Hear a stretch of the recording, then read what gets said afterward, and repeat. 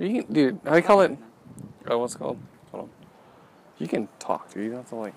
I'll make it kind of like a vlog deal. No, you know what? Let's just continue. No, we will get... What? Is this going to be like a new video? Yeah. Alright, what's going on? Welcome back to another video. For this thing, I know it's a used truck, so, and I know that they already changed the oil on it, but to be honest with you, I'm not really satisfied. Every time I take it to the dealership, they always kind of either tighten up the nuts, for the oil pan, or they tighten the heck out of the oil filter. So, I learned that pretty quick after about 2 or 3 times, and I'm like, you know what, I'll just do it no matter if they change it. I don't even care if it was last week or whatever, but nonetheless, we're going to change it. And there's so many brands out there, Wix. Well, in terms of oil filters, Wix, Napa, and Fram and all that good stuff. But for the past 3 or 4 years with all my cars, the Mustangs, the diesel, I've used Wix filters and they've never failed me. And for this particular vehicle, it is a 51-372.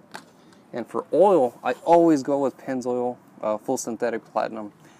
In the previous videos, I mentioned that I've used Castrol, Valvoline, all that good stuff. But what I found out the most, and believe it or not, the engine sounds a lot quieter, is with this oil. That's why I'm always going to go with Pennzoil. So with that, it's your oil filter.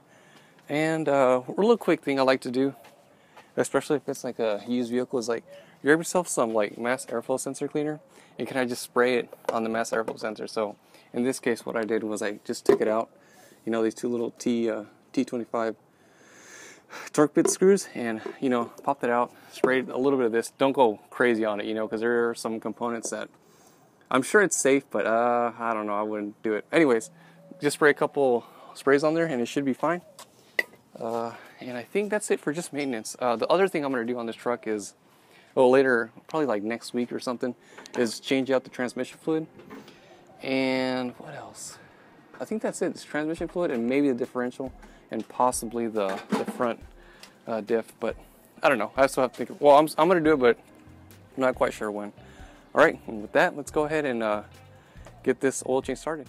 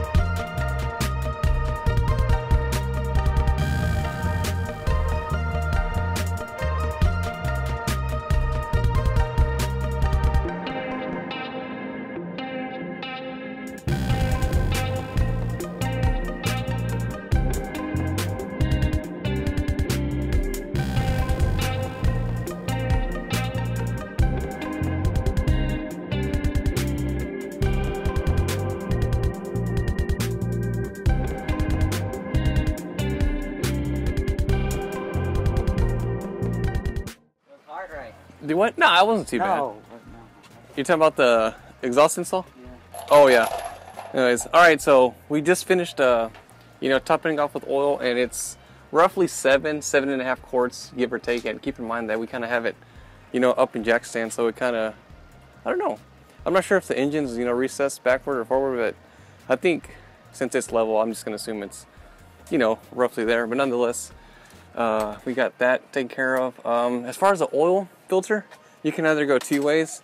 If you're savage enough, you can go up through here, unscrew it there, but then again, the oil's gonna fall off unless you put like a plastic bag or something. But I don't know, I highly recommend it to go under here.